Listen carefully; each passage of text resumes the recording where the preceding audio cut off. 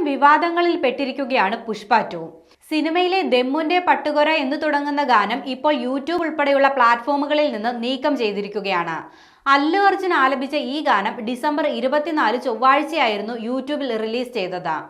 അല്ലു അർജുൻ അവതരിപ്പിക്കുന്ന പുഷ്പയും ഫഹദ് ഫാസിലിന്റെ ബൻവാർ സിംഗ് ഷെഖാവത്തും തമ്മിലുള്ള ഏറ്റുമുട്ടലാണ് ഗാനത്തിന്റെ പശ്ചാത്തലം.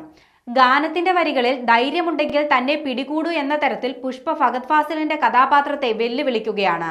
പുഷ്പ 2വിന്റെ റിലീസ് ദിനത്തിൽ തിയേറ്ററിലുണ്ടായ തിക്കിലും തിരക്കിലും പെട്ട് യുവതി മരിച്ച സംഭവത്തിന്റെ പശ്ചാത്തലത്തിൽ പാട്ടിലെ വരികൾ പോലീസിനെയും നിയമവ്യവസ്ഥയെയും പരിഹസിക്കും വിധമാണെന്ന ആരോപണം ഉയർന്നിരുന്നു. ഇതിന് പിന്നാലെയാണ് നിർമ്മാതാക്കൾ ഗാനം പിൻവലിച്ചത്. ഇക്കഴിഞ്ഞ ഡിസംബർ 4 ഹൈദരാബാദിലെ സന്ധ്യ തിയേറ്ററിൽ നടന്ന പ്രീമിയർ ഷോയ്ക്കിടെയായിരുന്നു രേവതി എന്ന സ്ത്രീ മരിച്ചത്. ഭർത്താവ് ഭാസ്കറിനും മക്കളായ ശ്രീതേജിനും സാൻവിക്കുമൊപ്പമാണ് രേവതി പുഷ്പ പ്രീമിയർ ഷോ കാണാനെത്തിയത്.